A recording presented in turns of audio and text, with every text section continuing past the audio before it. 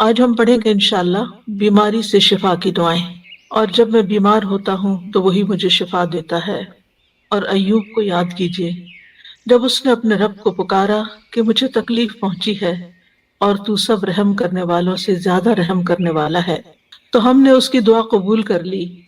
پھر جو کچھ اسے تکلیف تھی وہ ہم نے دور کر دی، اور ہم نے اسے اس کے اہل و عیال اور ان کی مانند ان کے ساتھ مزید بھی اپنے پاس سے بطور رحمت عطا کیے، اور عبادت کرنے والوں کے لیے نصیحت کے طور پر۔ ایوب علیہ السلام اللہ سبحانہ تعالیٰ کے برگزیدہ نبی تھے۔ اللہ تعالیٰ کی طرف سے ان پر ایسی شدید آزمائش آئی کہ وہ بہت لمبی بیماری میں مبتلا ہو گئے، اور اس کی وجہ سے ان کے اہل و عیال بھی ان سے جدا ہو گئے، یا یہ بھی کہا جاتا ہے کہ وہ فوت ہو گئے، مال مویشی بھی ہلاک ہو گئے۔ لیکن ایوب علیہ السلام نے ہر مصیبت پر صبر کیا، اپنے رب پر بھروسہ کیا، کوئی شکوہ نہیں کیا، کوئی واویلا نہیں کیا، کوئی شکایت نہیں کی۔ جب تکلیف حد سے بڑھ گئی تو انہوں نے اللہ تعالیٰ سے دعا کی، اے میرے رب، مجھے بیماری لگ گئی ہے اور تو رحم کرنے والوں میں سب سے زیادہ رحم کرنے والا ہے۔ تو اللہ سبحانہ تعالیٰ نے ان پر اپنی رحمت نازل کی، ان کی دعا قبول فرمائی، اور حکم دیا کہ زمین پر اپنا پاؤں مارو۔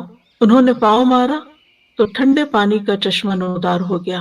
حکم ہوا کہ اسے پیو اور اس سے غسل کرو۔ وہ مبارک پانی پینے اور ان کے ساتھ اور اس پانی کے ساتھ غسل کرنے سے ان کی ساری بیماری دور ہو گئی۔ یعنی پانی ان کے لیے شفا کا باعث بن گیا اللہ کے اذن سے، اور وہ پوری طرح صحت مند ہو گئے۔ اللہ تعالیٰ نے انہیں ان کے گھر والے بھی عطا فرما دیے، اور اتنے ہی اور بھی دے دیے۔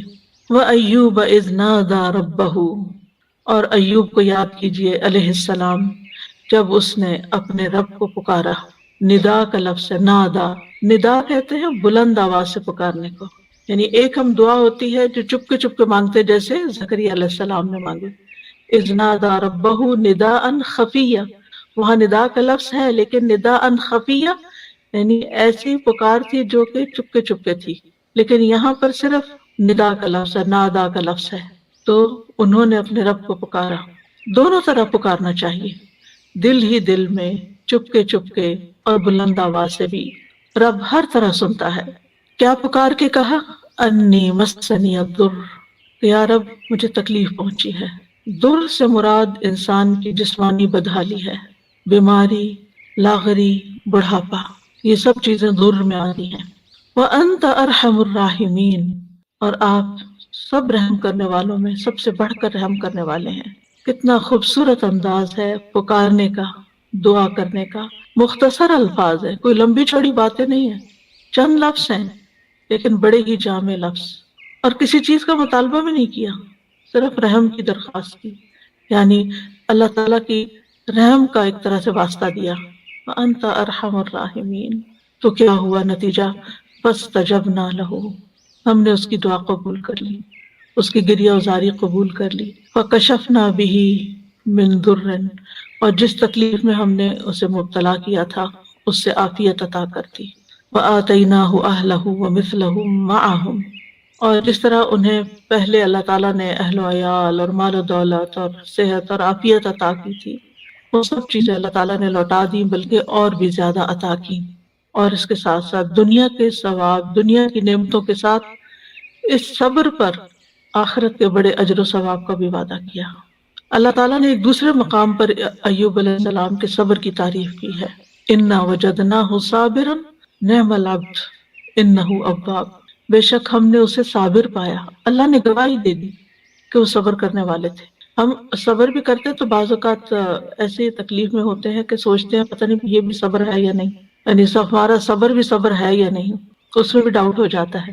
تو اللہ سبحانہ تعالیٰ نے ان کے صبر کو مان لیا کہ صابر ہیں۔ نعم العبد، کتنا اچھا بندہ۔ تو اس سے پتہ چلتا ہے کہ صبر کرنے والا، غم سے گزرنے والا جب صبر کرتا ہے تو اللہ تعالیٰ کا محبوب بن جاتا ہے، اور ساتھ ہی یقیناً وہ بہت رجوع کرنے والا تھا۔ یعنی اس کا یہ مطلب نہیں کہ پہلی دفعہ وہ دعا کر رہے تھے، یا پہلی دفعہ وہ رب کی طرف انہوں نے رغبت کی تھی اتنے سال کی بیماری گزار کر، اور پہلے انہوں نے کبھی نہیں پکارا تھا۔ انہ اواب، وہ بہت زیادہ رجوع کرنے والے تھے رب کی طرف، بہت زیادہ اپنے رب کو پکارنے والے تھے۔ پھر فرمایا رحمت من عندنا، انہوں نے ارحم الراحمین کہا تو یہاں پر اللہ تعالیٰ نے ان پر ان کو اپنی رحمت سے نوازا، رحمتم من عندنا، اپنے پاس سے رحمت عطا کی۔ اور یہ رحمت کیا تھی؟ اول انہیں شدید بیماری اور تکلیف اور آزمائش کے ساتھ ان پر رحم کیا، پھر انہیں صبر کی توفیق دے کر ان پر رحم کیا، پھر دعا قبول کر کے ان پر رحم کیا، پھر اس کے بعد جو دعا قبول کرنے کے بعد صحت کے ساتھ اور مال و دولت وغیرہ لوٹایا اس کے ساتھ۔ تو یہ سب کچھ اللہ تعالیٰ کی عظیم رحمت تھی، رحمتم من عندنا، انہوں نے بھی ارحم الراحمین ہی کہا۔ اور پھر آپ دیکھیں کہ اس رحمت کا ایک ظاہری مینیفیسٹیشن کیا تھا۔ ابو ہریرہ رضی اللہ عنہ روایت کرتے ہیں کہ نبی صلی اللہ علیہ وسلم نے فرمایا، ایک بار ایوب علیہ السلام برہنہ غسل فرما رہے تھے کہ سونے کی ٹڈیاں آپ پر گرنے لگیں، یعنی جیسے بارش ہوتی ہے۔ ایوب علیہ السلام انہیں اپنے کپڑے میں سمیٹنے لگے۔ ان کے رب نے انہیں پکارا کہ اے ایوب، کیا میں نے تمہیں اس چیز سے بے نیاز نہیں کر دیا جسے تم دیکھ رہے ہو؟ یعنی مجھے معلوم ہے کہ تمہارے دل میں اس کی کوئی لالچ نہیں، کوئی رغبت نہیں، تمہیں اس کی ضرورت نہیں، تمہارے پاس اللہ نے اب پہلے سے ہی بہت کچھ عطا کر دیا ہے، تو تم پھر کیوں یہ سمیٹ رہے ہو؟ ایوب علیہ السلام نے جواب دیا، ہاں تیری بزرگی کی قسم، لیکن تیری برکت سے میرے لیے بے نیازی کیسے ممکن ہے، یعنی اس سے میں بے نیاز نہیں ہو سکتا۔ تو بندہ مومن جو ہے وہ اللہ سبحانہ تعالیٰ سے دعا بھی کرتا ہے اور استغنا بھی برتتا ہے، دل میں لالچ بھی نہیں رکھتا، لیکن اگر اللہ تعالیٰ کی طرف سے بن مانگے اس تک کوئی نعمت پہنچتی ہے تو اس کو اللہ کی رحمت سمجھتا ہے، برکت سمجھتا ہے، اور اس سے تکبر کرتے ہوئے بے نیازی نہیں برتتا، یا ایسا زہد اور ایسا تکشف ظاہر نہیں کرتا کہ لے جاؤ اس کو، اٹھا لو اس کو، مجھے نہیں چاہیے، مجھے کیا کرنا ہے، میرے پاس آلریڈی بہت کچھ ہے، ایسا رویہ اختیار نہیں کرتا۔ یہ بھی ایک شکر گزاری کا ہی ایک انداز ہوتا ہے، اور ان کے دل میں یعنی ایک طرح سے یہ شکر گزاری تھی کہ یہ اللہ کی طرف سے آ رہا ہے، کیونکہ ظاہر ہے کوئی انسان تو نظر نہیں آ رہا تھا جو ان پہ سونا برسا رہا ہو، اللہ سبحانہ تعالیٰ کی طرف سے ہی آ رہا تھا، اور ان کے وہم و گمان میں بھی نہیں تھا۔ اور جو چیز کسی لالچ اور کسی حرص کے بغیر انسان کے پاس آتی ہے تو اسے اللہ سبحانہ تعالیٰ کی ایک نعمت سمجھ کر شکر گزار ہونا چاہیے بندے کو۔ وَذِكْرَىٰ لِلْعَابِدِينَ، اور عبادت گزاروں کے لیے ایک نصیحت ہے اس واقعے میں۔ یعنی عموماً جو عبادت گزار لوگ ہوتے ہیں اگر ان کی دعا قبول نہ ہو تو بعض اوقات وہ مایوس ہونے لگتے ہیں، اتنی دعا کی پھر کچھ نہیں ہوا، یا پھر یہ کہ بعض اوقات عبادت کی وجہ سے ایک عجیب سا شیطان دل میں خیال ڈال دیتا ہے کہ تم تو بہت نیک ہو، اور تمہارا دنیا سے کیا تعلق، اور تمہاری اور صرف دنیا کو انسان کرٹیسائز ہی کرتا رہے اور دنیا کو برا بھلا ہی کہتا رہے۔ تو ایسا نہیں ہے، یعنی عبادت اور اللہ کی نعمت دونوں جمع بھی ہو سکتی ہیں، جیسے ایوب علیہ السلام پر جمع ہوئی تھی کہ وہ عبادت گزار تھے، اواب تھے، بہت زیادہ اپنے رب کو پکارتے تھے، اس کی طرف رجوع کرتے تھے، اور اواب جو ہوتا ہے صرف دعا نہیں کرتا بلکہ نماز اور دیگر نیک اعمال کی طرح کے ساتھ اپنے رب کی طرف رجوع کرتا ہے۔ اور اس میں اگر اللہ سبحانہ تعالیٰ بندے پر اپنی رحمت فرماتا ہے، صحت دیتا ہے، طاقت دیتا ہے، تو ایسے میں وہ مزید شکر گزار ہوتا ہے۔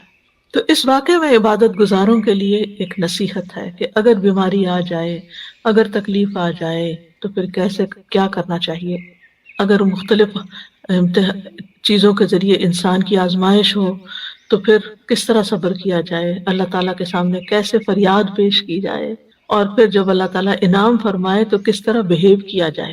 کیونکہ بعض لوگ تکلیف میں تو اللہ تعالیٰ کی طرف رغبت کرتے ہیں، لیکن جب تکلیف دور ہو جاتی تو پھر کیا کرتے ہیں، بھول جاتے ہیں، اور پھر وہ اس کو اپنا کارنامہ بتانے لگتے ہیں کہ میں نے ایسا کیا اور ویسا کیا، یہ ایکسرسائز کی اور یہ دوا کھائی اور یہ طریقہ اختیار کیا تو اس وجہ سے مجھے یہ شفا ہوئی ہے، اور بیچ میں اس اوکیشن میں اللہ تعالیٰ کو اس میں سے نکال دیتے ہیں۔ تو بندہ مومن کسی حال میں بھی، چاہے صبر ہو یا شکر ہو، وہ دونوں کیفیات میں رب ہی کے ساتھ جڑا رہتا ہے۔ ایوب علیہ السلام کا واقعہ حدیث میں تھوڑی تفصیل کے ساتھ بھی آتا ہے۔ انس بن مالک کہتے ہیں کہ رسول اللہ صلی اللہ علیہ وسلم نے فرمایا، بے شک اللہ کے نبی ایوب علیہ السلام اپنی آزمائش میں 18 برس بیمار رہے، ایک دو دن نہیں، 18 سال۔ قریبی اور دور کے لوگوں نے انہیں چھوڑ دیا، ساتھیوں نے چھوڑ دیا، البتہ ان کے بھائیوں میں سے یعنی دینی بھائیوں میں سے 2 آدمی صبح و شام ان کے پاس آتے جاتے رہے۔ تو ایک دن ایک اپنے دوسرے ساتھی کو کہنے لگا، کیا تو جانتا ہے اللہ کی قسم ایوب نے کوئی ایسا گناہ کیا ہے جو جہان والوں میں سے کسی نے نہیں کیا؟ اس پر اس کے ساتھی نے کہا، وہ کون سا؟ اس نے کہا، دیکھو 18 سال ہو چکے ہیں، اللہ نے اس پر رحم نہیں کیا کہ اس کی آزمائش اس سے ہٹا دے۔ کیونکہ بعض اوقات عبادت گزاروں کی جب آزمائش لمبی ہو جاتی ہے تو لوگ باتیں بنانا شروع کر دیتے ہیں کہ یہ تو بہت دین والے ہیں، اور یہ تو قرآن والے ہیں، اور یہ تو بہت نمازی ہیں، اور حج عمرے کرتے ہیں، اور پھر دیکھو ان کے ساتھ کیا ہو رہا ہے۔ تو ان کے اوپر بھی اسی طرح کی بات ہوئی۔ جب وہ شام کو ایوب علیہ السلام کے پاس آئے تو ایک نے بے صبری میں وہ بات ذکر کر دی کہ وہ کوئی یہ کہہ رہا تھا تمہارے بارے میں۔ تو ایوب علیہ السلام نے ان کا الزام سن کر کہا، جو کچھ تم کہہ رہے ہو اس طرح کی کوئی بات میرے علم میں تو نہیں ہے۔ اب ری ایکشن دیکھیں۔ ہاں اتنا ضرور ہے کہ اللہ تعالیٰ جانتا ہے کہ 2 آدمیوں کے پاس سے میرا گزر ہوتا تھا جو آپس میں جھگڑ رہے ہوتے تھے، وہ دونوں ہی اللہ کا نام لیتے تھے، پھر میں اپنے گھر واپس آتا اور ان دونوں کی طرف سے کفارہ ادا کرتا اور اس بات کو ناپسند کرتا کہ وہ ناحق اللہ کا نام لے رہے ہیں، یعنی یہ مجھے اچھا نہیں لگتا تھا کہ وہ اللہ کا نام لے کے لڑ رہے ہیں، تو میں ان کی بخشش کے لیے صدقہ کر دیتا تھا کہ ان کی پکڑ نہ ہو اس پر، یعنی ایسے نیک انسان۔ بہرحال ایوب علیہ السلام کی آزمائش اور بیماری ایسی تھی کہ جب وہ قضاء حاجت کے لیے باہر جاتے اور فارغ ہو جاتے تو ان کی بیوی ان کو ہاتھ سے پکڑ کر سہارا دیتی تھی، حتیٰ کہ وہ واپس اپنی جگہ پر پہنچ جاتے، یعنی اتنے کمزور اور لاغر ہو گئے تھے۔ ایک دن وہ لیٹ ہو گئے اور ان کی بیوی ان کے انتظار میں رہی، اور اللہ نے ایوب کی طرف وحی کی، ارکز برجلک، یعنی باہر ہی گئے ہوئے تھے تو وہیں پر ارکز برجلک ھذا مغتسل بارد وشراب، اپنا پاؤں مارو، یہ نہانے کا ٹھنڈا اور پینے کا پانی ہے۔ ادھر ان کی بیوی سمجھ رہی تھی کہ وہ دیر کر رہے ہیں، یعنی اپنی حاجت سے فارغ ہونے دیر ہو رہی ہے، اور وہ ذرا ہٹ کے کھڑی ہوں گی اور انتظار کر رہی تھی۔ جب وہ واپس پلٹے تو اللہ نے ان کی تمام بیماریاں دور کر دی، اور وہ بہت حسین لگ رہے تھے۔ جب ان کی بیوی نے ان کو دیکھا تو پہچان نہ سکے، پوچھا، اللہ تمہیں برکت دے، کیا تم نے اللہ کے نبی جو بیمار ہیں انہیں دیکھا ہے؟ اللہ کی قسم جب وہ صحت مند تھے تو تم سے سب سے زیادہ مشابہت رکھتے تھے۔ تو انہوں نے کہا، میں وہی ایوب ہوں، یعنی اتنی دیر میں ہی تکلیف دور ہو گئی۔ اور کس سے؟ پانی سے۔ ایوب علیہ السلام کے 2 کھلیان تھے، ایک گندم کا تھا اور ایک جو کا۔ اللہ نے اس پر 2 بادل بھیجے، ایک بادل گندم والے کھلیان پر آ کر سونا برسانے لگا حتیٰ کہ وہ سونا بہنے لگا، اور دوسرا جو کے کھلیان پہ آ کے چاندی برسانے لگا یہاں تک کہ چاندی بہنے لگی۔ اس طرح اللہ نے ان کو مال بھی دیا اور دولت کثیر بھی دی، یعنی ان کی نعمتیں پہلے سے بھی زیادہ ہو گئی، اگرچہ 18 سال کی آزمائش تھی۔ اس دوران وہ اللہ کے نبی بھی رہے، یعنی اللہ تعالیٰ نے اس بیماری کے باوجود ان سے ان کی ذمہ داری نہیں لی بلکہ اس کو ادا کرتے رہے۔ اور ایک بیوی، وفادار بیوی تھی، اور 2 دینی ساتھی تھے جو آتے جاتے تھے، باقی سب چھوڑ گئے تھے۔ تو بعض اوقات، اور چونکہ اس کے آخر میں آیا ہے کہ ذکر للعابدین، اس کہانی میں، اس واقعے میں عبادت گزاروں کے لیے، نیک لوگوں کے لیے ایک بڑی نصیحت ہے کہ اگر تکلیف آئے اور آزمائش آئے تو پھر کرتے کیا ہیں۔ اس سے یہ بھی پتہ چلتا ہے کہ آزمائش نبی اور غیر نبی دونوں پر آ سکتی، کیونکہ ہمارے ذہن میں یہ خیال ہوتا ہے کہ جو نیک لوگ ہیں ان پر آزمائش نہیں آ سکتی، نہیں، سب پر آ سکتی۔ انبیاء بھی آزمائے جاتے ہیں، بلکہ انبیاء کی آزمائش زیادہ ہوتی ہے، اور پھر جو ان سے قریب تر ہوتے ہیں، یعنی جتنے جتنے نیک ہوتے ہیں اس کے مطابق۔ اور پھر یہ ہے کہ جب تکلیف آئے تو واویلا کرنے کی بجائے انسان کو صبر سے کام لینا چاہیے، اور پھر یہ کہ اللہ تعالیٰ دعا قبول کرتا ہے جب انسان اللہ کے خوبصورت ناموں یا صفات کے ساتھ گریہ وزاری کرتا ہے، اس سے مصیبت دور ہوتی ہے، اور مصیبت آنے پر اس کے گزر جانے کا انتظار کرنا چاہیے، اور انسان کو حوصلے میں رہنا چاہیے کہ آج تک جتنی تکلیفیں آئیں سب چلی گئیں، یہ بھی ایک وقت آئے گا تو چلی جائے گی، کوئی بھی مصیبت ہمیشہ کے لیے نہیں باقی رہتی۔ اور یہ بھی یاد رہے کہ جو شخص تکلیف پر صبر کرتا ہے اللہ تعالیٰ اس کو دنیا میں بھی انعام سے نوازتا ہے، اور آخرت کا اجر تو اس کے لیے لکھا ہی جاتا ہے۔ اور ہمیشہ انسان اپنے آپ کو اس تکلیف کے وقت یاد دہانی کراتا رہے کہ فَإِنَّ مَعَ الْعُسْرِ يُسْرًا، إِنَّ مَعَ الْعُسْرِ يُسْرًا، بے شک ہر مشکل کے ساتھ ایک آسانی ہے، بے شک اسی مشکل کے ساتھ ایک اور آسانی ہے۔ رسول اللہ صلی اللہ علیہ وسلم نے فرمایا، مدد صبر کے ساتھ ہے اور کشادگی تنگی کے ساتھ ہے، اور بے شک ہر مشکل کے ساتھ ایک آسانی ہے، بے شک اسی مشکل کے ساتھ ایک اور آسانی۔ بس انسان کی نگاہیں ہوں جو اس آسانی کو ڈھونڈنے والی ہوں، صرف انسان تکلیف پر نظر نہ رکھے بلکہ اس کے ساتھ انسان کو جو مزید چیزیں غور و فکر کرنے، سوچنے اور سمجھنے اور اپنے عمل میں تبدیلی لانے کا ایک موقع ملا ہے، اللہ کی طرف سے توفیق ملی ہے، اس کو بھی انسان ضرور ذہن میں رکھے۔ دوسری آیت جو ہے وہ ہے وَإِذَا مَرِضْتُ فَهُوَ يَشْفِينِ، اور جب میں بیمار ہوتا ہوں تو وہی مجھے شفا دیتا ہے۔ یعنی بیماری میں انسان کو اس چیز کا یقین رکھنا چاہیے کہ شفا صرف اللہ کے ہاتھ میں، اور وہ شفا دے تو پانی کے ساتھ بھی دے دیتا ہے۔ یہ دعا اور یہ قول ابراہیم علیہ السلام کا ہے جو قرآن مجید میں آیا ہے۔ سورۃ الشعراء کی آیت نمبر 80 ہے کہ ابراہیم علیہ السلام نے اپنے والد اور اپنی قوم کے سامنے توحید کی دعوت پیش کی تھی اور اللہ تعالیٰ کا تعارف کروایا تھا انہی الفاظ میں کہ الا رب العالمین الذی خلقنی فہو یہدینی الذی خلقنی والذی هو یطعمنی ویسقینی واذا مرضت فہو یشفینی، اسی نے مجھے پیدا کیا ہے، وہی مجھے راہ دکھائے گا، وہی مجھے کھلاتا ہے، وہی مجھے پلاتا ہے، وہ جب میں بیمار ہو جاتا ہوں تو وہی مجھے شفا دیتا ہے۔ یعنی شفا صرف اور صرف اللہ کے ہاتھ میں ہے، وہی شفا دیتا ہے۔ یہ انسان کو اچھی طرح یقین ہونا چاہیے۔ اس لیے جب بیماری آئے، جب تکلیف آئے تو پہلا دھیان اللہ کی طرف جائے، پہلا خیال اللہ کی طرف جائے، ڈاکٹر کی طرف نہیں، دوا کی طرف نہیں، لوگوں کی طرف نہیں۔ اور اس پر اپنے آپ کو ٹیسٹ کیا کریں، اگر کہیں چوٹ لگتی ہے، اگر کہیں درد ہوتی ہے، اگر کہیں کوئی بھی چیز پیش آتی ہے، ایک دم گلا پکڑا جاتا ہے، کچھ کیا خیال آتا ہے کہ اس سے نجات اور خلاصی کیسے ہوگی، اب کیا کروں؟ کیونکہ انسان فوراً اس کا توڑ سوچتا ہے نا کہ یہ مشکل آ گئی، اب اس کا توڑ کیا ہو، اب میں کیا کروں؟ تو پہلے سب سے پہلے اللہ سے دعائی، اللہ تعالیٰ کا نام بھی شافی، یا شافی، یا شافی کہہ کے پکار سکتے ہیں، اللہ شفا تیرے ہاتھ میں، یا رب تو مجھے شفا دے۔ جو اپنی زبان میں، عربی میں، اردو میں، انگلش میں، جس میں بھی انسان پہلے اللہ کو پکارے، اللہ تو ہی اس کی صحت کے اسباب پیدا کرتے، تو ہی آسانی پیدا کر دے۔ حضرت عائشہ کہتی ہیں کہ رسول اللہ صلی اللہ علیہ وسلم دم کرتے ہوئے یہ دعا پڑھا کرتے تھے، امسح البأس رب الناس بیدک الشفاء لا یکشف الکرب الا انت، اے لوگوں کے رب تکلیف کو دور کر دے، شفا تو تیرے ہی ہاتھ میں ہے، تیرے سوا اس کو دور کرنے والا اور کوئی نہیں۔ کیونکہ تکلیف ہمارے عقیدہ توحید کو بھی آزماتی، اس کی بھی آزمائش کے لیے آتی۔ تو جب انسان کہتا ہے کہ صرف اللہ ہی کر سکتا ہے اور وہی سبب پیدا کرے گا اور باقی سب اسباب ہے، دوا ہو یا دعا ہو یا پھر کوئی ڈاکٹر کی یا کسی انسان کی مدد ہو، یہ سب وسائل ہیں، یہ اسباب ہیں، یہ وسائل ہیں، جبکہ اس کو دور کرنے کی طاقت صرف اللہ میں ہے، کرتا وہی ہے۔ تو آپ دیکھیے کہ ابراہیم علیہ السلام کا یہ ادب ہے، اور وہ کہتے ہیں کہ بیماری اور شفا دونوں اللہ ہی کی طرف سے ہیں، لیکن بیمار ہونے کی نسبت انہوں نے اپنی طرف کی ہے کہ جب میں بیمار ہوتا ہوں، میں بیمار کرتا تو اللہ، لیکن جب میں بیمار ہوتا ہوں فہو یشفینی، تو وہ مجھے شفا دیتا ہے۔ یعنی اگرچہ خیر اور شر دونوں کا خالق اللہ ہے، لیکن شر کی نسبت اپنی طرف کی ہے اور خیر کی نسبت اللہ تعالیٰ کی طرف کی ہے۔ کہا جاتا ہے نا کہ تندرستی 1000 نعمت ہے، واقعی تندرستی اور صحت اللہ تعالیٰ کی بہت بڑی نعمت ہے۔ نبی صلی اللہ علیہ وسلم نے فرمایا 2 نعمتیں ایسی ہیں جن کے بارے میں اکثر لوگ خسارے میں ڈالے گئے ہیں، تندرستی اور فراغت، فرصت۔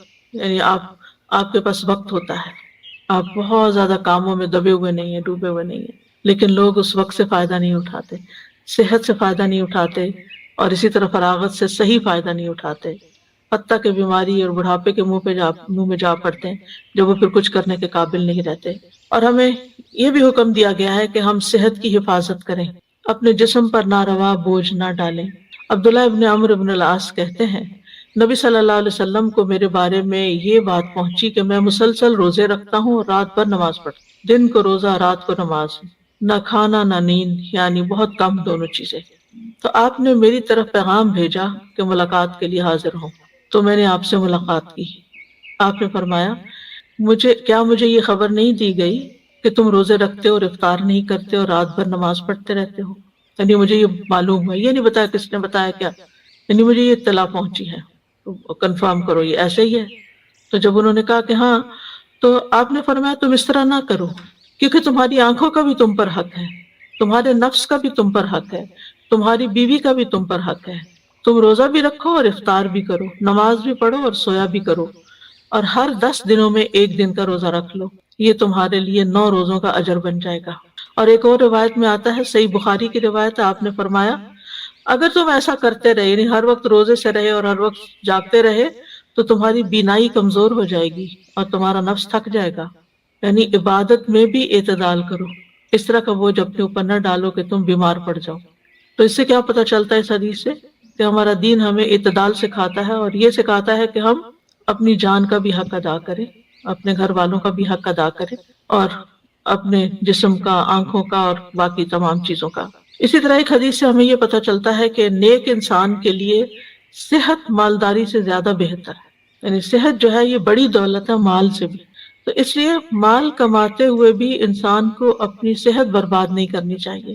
عبداللہ بن خبیب اپنے چچا سے روایت کرتے ہیں کہ ہم لوگ ایک مجلس میں تھے کہ رسول اللہ صلی اللہ علیہ وسلم ہمارے پاس تشریف لائے، سر مبارک پر پانی کے اثرات تھے، تو ہم نے کہا، اللہ کے رسول ہم آپ کو بہت خوش دیکھ رہے ہیں۔ آپ نے فرمایا ہاں۔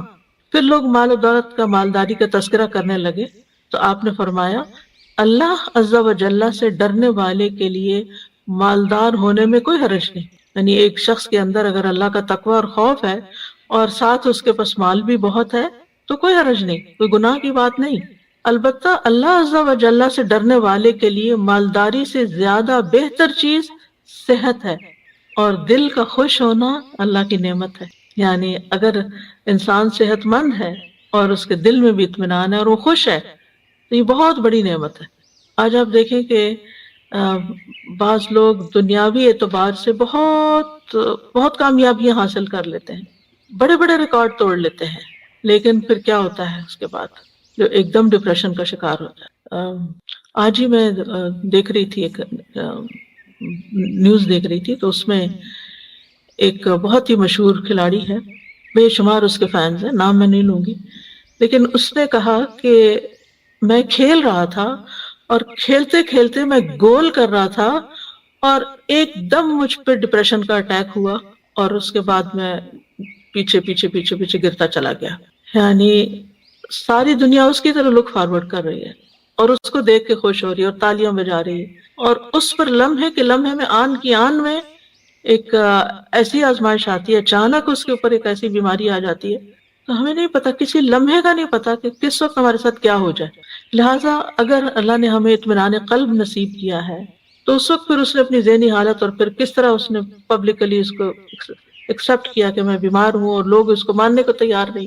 یعنی لوگ کیا چاہتے ہیں، ہمارے ہیروز جو ہیں وہ تو سپر مین ہی یا سپر سے سپر مین ہی نظر آئے، ان کو وہ کبھی اظہار ہی نہ کریں کہ ان کو کوئی تکلیف ہے یا ان کو کوئی پریشانی ہے، لیکن انسان تو کہیں بھی پہنچ جائے وہ انسان ہے اور کمزور ہے، اور اللہ تعالیٰ دکھاتا ہے کہ کوئی بھی انسان خدا نہیں ہے، لیکن ہوتا ہی ہے کہ ہم کچھ انسانوں کو خدا کا درجہ دے دیتے ہیں اور ان سے ایسی توقعات وابستہ کر لیتے ہیں کہ نہ یہ کبھی بیمار ہوں گے اور نہ ہی کبھی ان کو کوئی تکلیف آئے گی اور نہ ہی ان پر کوئی آزمائش آئے گی۔ تو ایسا نہیں سوچنا چاہیے، انسان انسان ہے اور انسان کمزور ہے، اور انسان دنیا میں مال و دولت کے یا شہرت کے کسی بھی مقام پہ پہنچ جائے، اس کے ساتھ کسی وقت بھی کچھ ہو سکتا ہے۔ تکلیف نعمت میں بھی بدل سکتی ہے اور نعمت تکلیف میں بھی بدل سکتی ہے، اس لیے انسان کو اللہ تعالیٰ کی طرف رجوع کرتے رہنا چاہیے اور عافیت کی دعا مانگتے رہنا چاہیے۔ لیکن ہمیں جو اس حدیث سے پتہ چلتا ہے وہ یہ کہ مالداری سے زیادہ بہتر چیز صحت ہے۔ بعض اوقات آپ نے دیکھا ہوگا کہ کوئی غریب سے غریب شخص ہے لیکن انتہائی ایکٹیو، صحت مند، بھاگ دوڑ کرنے والا، کام کرنے والا، جیسے عموماً بیک ہوم میڈز وغیرہ ہوتی ہیں تو وہ یعنی کہ کتنی ایکٹیو ہوتی ہیں، لیکن ان کو اپنی اس نعمت کی قدر ہی نہیں ہوتی کہ اللہ نے ہمیں ہمارے ہاتھ پاؤں چلتے رکھے ہیں اور ہم کام کر سکتے ہیں، اور ہمیں کسی کے اس لحاظ سے محتاجی نہیں ہے، ہم دوسروں کی خدمت کر رہے ہیں، ہم ان سے بہتر ہیں کہ ان کو ہماری ضرورت ہے جبکہ ہمیں ان کی اس طرح ضرورت نہیں ہے، لیکن وہ اس نعمت کی قدر کرنے کے بجائے اس غم میں رہتے ہیں کہ ان کے پاس بڑا گھر ہے یا گاڑی ہے اور ہمارے پاس نہیں ہے تو ہم محروم ہیں۔ حالانکہ محروم اس حدیث کی روح سے زیادہ محروم وہ ہے جس کے پاس صحت نہیں ہے، جی وہ زیادہ محروم ہے۔ نبی صلی اللہ علیہ وسلم نے فرمایا، جس شخص نے اس حالت میں صبح کی کہ اسے اپنے بارے میں امن ہو، کوئی خوف نہیں، وہ بدن کے لحاظ سے تندرست ہو اور اس کے پاس اس دن کے لیے روزی موجود ہو، صرف اس ون سنگل ڈے کے لیے کھانے پینے کا سامان ہے، گویا ساری دنیا اس کے لیے جمع کر دی گئی ہے۔ اگر انسان ان نعمتوں پہ سوچے اور شکر ادا کرے۔ رسول اللہ صلی اللہ علیہ وسلم نے فرمایا اللہ سے عافیت کا سوال کیا کرو، کیونکہ کسی انسان کو عافیت سے بڑھ کر کوئی چیز نہیں دی گئی۔ معاذ بن رفاع اپنے والد سے روایت کرتے ہیں کہ ابو بکر صدیق رضی اللہ تعالی عنہ ممبر پر کھڑے ہوئے پھر رو دیے۔ فرمایا گزشتہ سال رسول اللہ صلی اللہ علیہ وسلم ممبر پر کھڑے ہوئے، یہ کہہ کر ابو بکر پھر رو پڑے اور فرمایا اللہ سے معافی اور عافیت کا سوال کرو، کیونکہ یقین کے بعد عافیت سے بڑھ کر کوئی نعمت کسی کو نہیں دی گئی۔ اسی طرح نبی صلی اللہ علیہ وسلم نے ایک شخص کو نصیحت کرتے ہوئے فرمایا کہ 5 چیزوں کو 5 چیزوں سے قبل غنیمت سمجھو، جوانی کو بڑھاپے سے پہلے، صحت کو بیماری سے پہلے، مالداری کو فقیری سے پہلے، فراغت کو اپنی مصروفیت سے پہلے، زندگی کو موت سے پہلے۔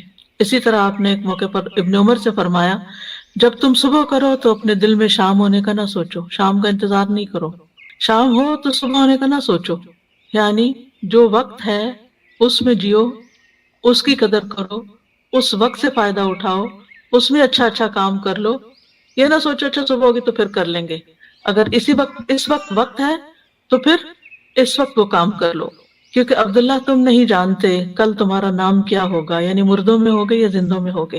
اور یہ بہت بڑی نصیحت ہے۔ آج کے لوگ بہت سے تجربے کرنے کے بعد اس نتیجے پہ پہنچے ہیں، اور اب یہ بات بہت ان ہو گئی ہے کہ لیو ان مومنٹ، ناؤ کی اہمیت، اور اس پہ کتابیں باقاعدہ لکھی گئی ہیں کہ اس مومنٹ میں جیو جس میں جی رہے ہو اور اس کو انجوائے کرو۔ لیکن بہت سے لوگ جو وقت اس وقت ہے اس کی قدر نہیں کرتے، یا ماضی کے بارے میں سوچتے رہتے ہیں کہ یہ کیوں ہو گیا وہ گیا، یا مستقبل ہائی کیا ہوگا، کس نے جانا۔ بعض لوگ پریشان رہتے ہیں ہمارے بڑھاپے کا کیا ہوگا، ہمیں کیا پتا کہ ہم بڑھاپے تک زندہ بھی ہیں یا نہیں ہیں۔ تو جو اللہ نے دیا ہے اس سے خوب فائدہ اٹھا لینا چاہیے، اس کا شکر ادا کرنا چاہیے۔ پھر اسی طرح یہ ہے کہ انسان کو نہ صرف یہ کہ اپنی صحت بلکہ اپنے ماحول کی صحت کا بھی خیال رکھنا چاہیے، اور اس کے لیے بھی دعا کرنی چاہیے، جیسے نبی صلی اللہ علیہ وسلم نے مدینہ والوں کے لیے دعا کی تھی، اے اللہ ہمارے دلوں میں مدینہ کی محبت اسی طرح پیدا کر دے جس طرح مکہ کی محبت، بلکہ اس سے بھی زیادہ۔ اے اللہ ہمارے سا اور مد میں برکت عطا فرما، اور مدینہ کی آب و ہوا ہمارے لیے صحت افزا کر دے، یہاں کے بخار کو جوفا میں بھیج دے، یعنی کہیں اور چلا جائے، مدینہ کو ایک پرامن جگہ بنا دے۔ تو انسان کو اپنے بدن میں بھی عافیت کی دعا کرنی چاہیے، اپنے گھر میں بھی، اپنے شہر میں، اپنے ملک میں، کہ جہاں ہم رہتے ہیں امن امان کے ساتھ رہ سکیں، کیونکہ انسان امن کے ساتھ ہی بہت پروڈکٹیو ہو سکتا ہے۔ جب انسان کے اوپر ایک خوف سوار ہوتا ہے، اس کے حالات پریشانی کا شکار ہوتے ہیں، تو اس کو یہ نہیں سمجھ آتی کہ مجھے کیا کرنا چاہیے، یعنی بعض اوقات دل جمتا ہی نہیں پھر کسی کام کے کرنے کے لیے۔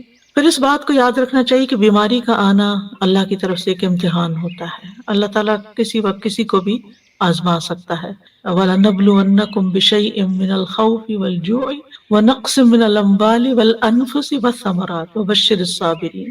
ہم ضرور تمہیں خوف، فاقے، نیز جان و مال اور پھلوں کے خسارے میں مبتلا کر کے تمہاری آزمائش کریں گے۔ تو اس میں جان جو ہے اس کی آزمائش میں صحت کی آزمائش بھی شامل ہے، یعنی جان جانے کے علاوہ دنیا میں رہتے ہوئے انسان بیمار رہے۔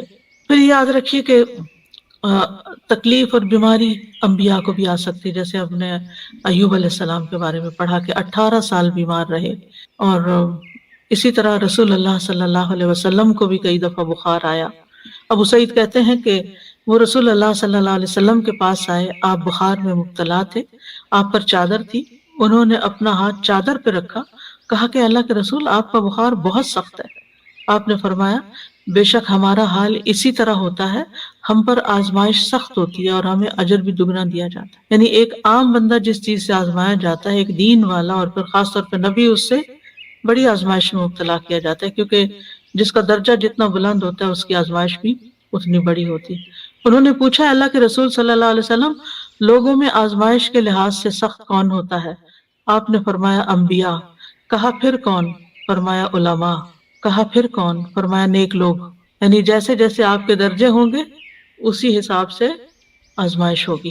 اس لیے اگر کسی کے اوپر کوئی تکلیف بڑی آ جاتی ہے تو وہ تب بھی اللہ سے اچھا گمان رکھے کہ اگر اللہ نے مجھے زیادہ دوسروں کے مقابلے میں زیادہ آزما لیا تو اس کا مطلب یہ ہے کہ اللہ تعالیٰ کی مجھ پہ نظر کرم ہے۔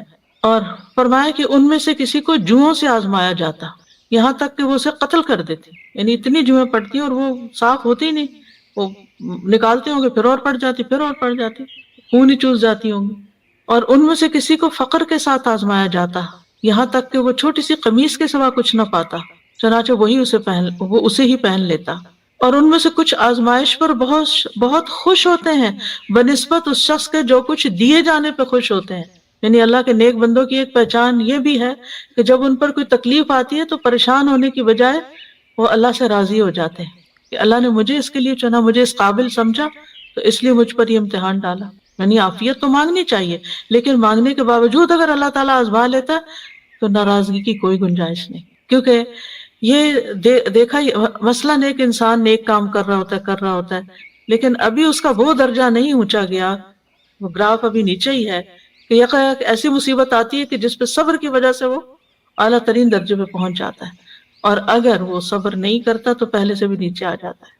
انبیاء کو دو دو آدمیوں کے برابر بخار ہوتا ہے، اور پھر آپ دیکھیے کہ مسلمان کو جب کوئی کانٹا بھی چبھتا ہے تو پھر اس کے ذریعے اللہ تعالیٰ اس کے گناہوں کو ایسے دور کرتا ہے جیسے سوکھے درخت سے پتے جھڑ کے اس کو صاف کر دیتے ہیں۔ مریض کے لیے خوشخبریاں بھی ہیں، اب اپنی کوئی نہ کوئی بیماری تکلیف یاد کر لی، کیونکہ آج کل تو ہر شخص کسی نہ کسی بیماری میں کہیں نہ کہیں مبتلا رہتا ہی ہے، اور وہ بہت بودر بھی کرتی ہے بعض اوقات کہ یہ کب میری جان چھوٹے گی اس سے، اور یہ کیوں ہے، اور مجھے اتنی دوا کھانی پڑتی ہے، اور باقی لوگ بغیر دواؤں کے بھاگے دوڑے پھرتے ہیں۔ تو انسان اپنے بلا وجہ اپنے اوپر ایک شیطانی وسوسوں کی وجہ سے بوجھ محسوس کرنے لگتا ہے، لیکن یاد رکھیے کہ اللہ تعالیٰ جس کے ساتھ بھلائی کا ارادہ کرتا ہے اس کو مصیبت میں مبتلا کر دیتا ہے۔ یہ صحیح بخاری کی روایت ہے، من یرد اللہ بہ خیرا یصب منہ، کیونکہ اس تکلیف اور اس آزمائش اور اس سپن کے اندر سے گزار کے بندہ نکھر جاتا ہے یا پھر پلٹ جاتا ہے۔ تو یہ جو نکھار ہے نا، اور یہ چمکاؤ جو ہے انسان کے دل کے اندر اور انسان کی پرسنالٹی میں، یہ مشکل سے گزر کر ہی آتا ہے۔ ام سلمہ کہتی ہیں کہ میں نے رسول اللہ صلی اللہ علیہ وسلم کو فرماتے ہوئے سنا، جب اللہ بندے کو کسی مصیبت کے ساتھ آزماتا ہے اور وہ اپنی حالت اور کیفیت کی بنا پر اسے ناپسند کرتا ہے تو اللہ تعالیٰ اس تکلیف کو اس کے گناہوں کا کفارہ اور اسے پاک کرنے کا سبب بنا دیتا ہے، جب تک کہ وہ لاحق ہونے والی تکلیف کو اللہ کے علاوہ کسی اور در پر پیش نہیں کرتا، یعنی اسے دور کرنے کے لیے غیر اللہ کو نہیں پکارتا، اللہ ہی کو پکارتا، اللہ ہی سے دعائیں مانگتا ہے۔ تو مومن کو تو ایک کانٹا بھی چبھ جائے تو اس پر بھی اللہ سبحانہ و تعالیٰ اس کا گناہ معاف کر دیتا ہے۔ ابو سعید کہتے ہیں کہ آدمی نے رسول اللہ صلی اللہ علیہ وسلم سے پوچھا کہ ہمیں جو بیماریاں لگتی ہیں یہ بتائیے کہ ان پر ہمارے لیے کیا ہے؟ آپ نے فرمایا یہ بیماریاں گناہوں کا کفارہ بن جاتی ہیں۔ ابی ابن کعب نے عرض کیا اگرچہ بیماری چھوٹی ہو؟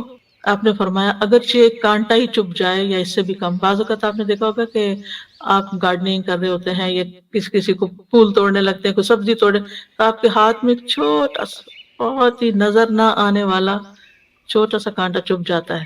اب وہ نظر بھی نہیں آتا، لیکن اس کی چبھن اور اس کی بودریشن اور اس کی تکلیف ایسی ہوتی ہے کہ انسان کسی پل اس کو بھولتا نہیں، یعنی اسے بے چین رکھتا ہے۔ وہ اس پر بھی اجر ہے، لیکن اس وقت اجر بھول جاتا ہے، بس تکلیف ہی یاد رہتی ہے، اور اس کے بدلے اللہ تعالیٰ انسان کے درجات بلند کر دیتا ہے۔ اصل میں جب آخرت کو سامنے رکھ کے انسان جیتا ہے نا تو چیزیں اور طرح نظر آتی ہیں، پھر ہر چیز کے بارے میں انسان مختلف طریقے سے سوچتا ہے، نگاہ ہی بدل جاتی ہے، وہ آزمائشوں کو مختلف طرح دیکھتا ہے، وہ نعمتوں کو مختلف طرح دیکھتا ہے، وہ مال کو کسی اور طرح دیکھتا ہے، وہ زندگی کے منصوبے کسی اور طرح بناتا ہے، اس کی پلاننگ کچھ اور ہوتی ہے، پورا پرسپیکٹو چینج ہو جاتا ہے۔ یعنی یہ کتاب جو ہے اس میں اسی طرح ریسرچ کر کے یہ ساری احادیث اور پھر دعائیں وغیرہ جمع کی گئی تھی کہ جب بھی کوئی بیمار ہو تو اس کو تحفہ دے دیا جائے، وہ بیٹھ کے پڑھتا رہے اور کم از کم اس کی پریشانی دور ہو۔ مجھے جب کسی کا پتہ چلتا ہے تو میں اس کو ریکمینڈ کرتی ہوں کہ یہ کم از کم پہلے 2-3 صفحے جو ہے نا وہ تو ضرور پڑھ لو، کیونکہ اس میں یہ خوشخبریاں اور یہ ساری چیزیں کہ بیماری کیوں آتی ہے اور کیا کرنا چاہیے۔ کیونکہ اگر انسان کو یہ بات سمجھ آ جائے گا کہ میں نے اس میں اب آ تو گئی آنے والی چیز، وہ تو نہیں ٹال سکتا، اب تو وہ اپنے وقت کے ساتھ ہی جائے گی، تو کم از کم ایک حوصلہ بلند ہو جاتا ہے، اس کا morale بلند ہو جاتا ہے، اس کی سوچ بدل جاتی ہے، اس کا وہ اتنا میزریبل نہیں ہوتا، وہ اتنا سیلف پٹی کا شکار نہیں ہوتا، صبر کرنا آ جاتا ہے جو کہ اس وقت کی ضرورت ہوتی ہے۔ پھر اچھا کوئی بات نہیں، بلو کلر کی پھولوں والی کتاب ہے. یہ کتاب بھی بہت اچھی ہے، بنوائی تھی میں جب یو کے کو وزٹ کر رہی تھی، تو وہاں پر ایک سسٹر نے کہا کہ میں ہاسپٹل میں وزٹ کے لیے سک پیشنٹس کو دیکھنے کے لیے جاتی ہوں، تو مجھے کچھ ایسی دعائیں آپ جمع کر دیں انگلش ٹرانسلیشن کے ساتھ کہ جو میں لوگوں کے ساتھ شیئر کروں. تو ہاں، وزٹنگ دا سک، اس میں اگر آپ جا رہے ہیں تو آپ بیمار کے اوپر کیا پڑھ کے دم کریں، یعنی نکال کے اس کے بڑے بڑے حرف بھی ہیں، ٹرانسلیٹریشن بھی ہے اور ٹرانسلیشن بھی ہے، اور خوبصورت پھول بھی ہے کہ جب کہیں رکھی ہوئی ہو تو دیکھ دیکھ کے خوش ہوتے رہیں. جی چھوٹی والی جو ہے، بالکل. تو اس سے حوصلہ ہوتا ہے، تسلی ہوتی ہے، اور یعنی بیماری کا تعلق بھی بہت زیادہ سوچ کے ساتھ ہوتا ہے. کسی بھی مشکل کے وقت اگر آپ کی سوچ پازیٹیو ہے نا، تو آپ کے لیے وہ تکلیف ہلکی ہو جائے گی. وہ اچانک اٹیک تو ہوتا ہے، آپ ہرٹ ہوتے ہیں، لیکن پھر آپ اس سے فوراً نکل آتے ہیں. تو مریض کے احکام یہ ہر بندے کے پاس ہونی چاہیے. بیمار ہوں تو فوراً ہی نکالیں. اور پھر اس میں کچھ فقہی چیزیں بھی ہیں، یعنی کہ وضو کیسے کریں، تیمم کیسے کب کریں، اور طریقہ تیمم کا، اور نماز کی رخصت کھڑے ہو کے نہیں تو بیٹھ کے کیسے پڑھیں، لیٹ کے کیسے پڑھیں، اور پھر اس روزے کے بارے میں، پھر اگر حج کے اوپر، حج میں کچھ چیزیں ہو جائیں ایسی تو پھر کیا کریں، اور پھر وینٹیلیٹر کے اوپر یا خودکشی والے کے ساتھ کیا کریں، پھر کچھ مسنون چیزیں جو ہیں، اور پھر آخر میں اس میں بھی دعائیں ہیں. اس کے آخر میں بھی یہ دعائیں جو اس میں ہیں، یہ دعائیں جو اس میں ہیں وہ اس کے اندر بھی آخر میں ڈالی ہوئی ہیں. کیونکہ بعض اوقات انسان کو اپنے پہ دم خود کرنا ہوتا ہے، یا کسی اور پہ کرنا ہے، یا پھر عافیت کی دعائیں ہیں تو وہ ساری اکٹھی کر دی گئی. اس کے علاوہ یہ حسن صحت کتاب جو ہے، بیسیکلی جو میرا جینا میرا مرنا ہے، اس کتاب کا جو پہلا چیپٹر تھا حسن صحت کے بارے میں، اس کو جب میں نے پڑھایا تو تھوڑا الیبوریٹ کیا تھا اور نئی چیزیں اس میں ڈالی تھی. تو الحمدللہ اس میں بھی بہت سی ایسی چیزیں. تو یہ کتابیں ہر گھر میں ہونی چاہیے، تاکہ اللہ نہ کرے کہ کوئی تکلیف میں ہو یا بیمار ہو تو اس وقت انسان ان کو پڑھ لے. میں نے تو اپنے دائیں ہاتھ کے پاس رکھی ہوئی ہے، تاکہ وقتاً فوقتاً پڑھ کے اپنا جو ہے اپنے ذہن، اپنی سوچوں کا علاج بندہ کرتا رہے، اپنا مورال بہتر کرتا رہے. کیونکہ بیماری تو بیماری ہوتی ہے، لیکن اس کے اندر جو پریشانی اور جو نیگیٹو تھنکنگ اور شیطان کے وساوس وہ انسان کو زیادہ بیمار کر دیتے ہیں. اور جب انسان کو یہ ہوتا ہے کہ بیماری اللہ کی رضا کا سبب بھی بن جاتی ہے، تو انسان کے لیے حوصلہ ہو جاتا ہے. یہ ہے سب چیزیں جو آپ بتا رہی ہیں نا. جی ہاں، وہ کیلنڈر بھی اسی مقصد کے لیے بنایا تھا کہ ڈاکٹرز کی ٹیبل پر ہو وہ. کیونکہ ہوتا یہ ہے کہ جب ڈاکٹر کی ٹیبل پہ کوئی اچھی حدیث کوئی چیز بھی رکھی ہوتی ہے نا، تو مریض جب بیٹھا ہوتا ہے تو ادھر ادھر کچھ نہ کچھ پڑھتا رہتا ہے. تو وہ اس دن کا ڈیٹ بھی ہو اور پھر ساتھ وہ حدیث بھی پڑھتے رہتے ہیں. بالکل. تو یہ چھوٹی چھوٹی چیزیں ہیں جو انسان کو مشکل وقت میں ایک ریمائنڈر دیتی ہیں، اور انسان کو فائدہ ہوتا ہے، اور تکلیف آسان ہو جاتی ہے، اور پھر گزر بھی جاتی ہے، پتہ بھی نہیں چلتا. اور پھر یہ کہ مریض کے جو لواحقین ہوتے ہیں ان کو بھی حوصلہ دلانا. مجھے یاد ہے کہ میری والدہ ہاسپٹل میں ڈیتھ بیڈ پہ تھی، اور ان کے ٹیسٹ بھی ہو رہے تھے. تو ابھی تک ایک ینگ ڈاکٹر مجھے یاد ہے کہ وہ آیا اور اس نے ساری ریڈنگز دیکھی، اور ہم لوگ بیٹھے ہوئے تھے تو وہ کہتا ہے یہ بھی ٹھیک ہے، ان کا یہ بھی ٹھیک ہے، یہ بھی ٹھیک ہے، یہ بھی ٹھیک ہے، آپ بالکل فکر نہیں کریں. حالانکہ مجھے نظر آ رہا تھا کہ وہ سروائیو نہیں کر رہی، لیکن مجھے اس بات بہت اچھا لگا کہ ایسے موقع پر بھی حوصلہ دلانا. کیونکہ پریشانی تو انسان کو ہوتی ہے، لیکن دل خوش ہو جاتا ہے نا تھوڑی دیر کے لیے. اچھا ساری ریڈنگز ٹھیک آ رہی ہیں تو بس